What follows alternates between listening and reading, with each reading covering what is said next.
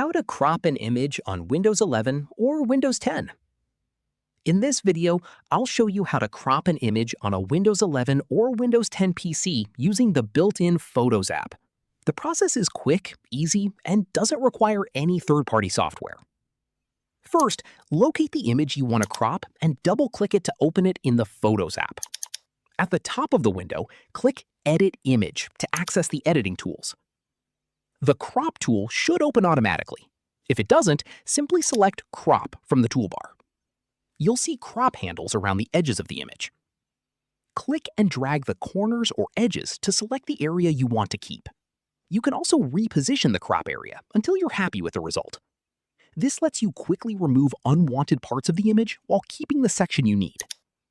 Once you're finished, click the drop-down arrow next to Save and choose Save As to create a new copy without replacing the original.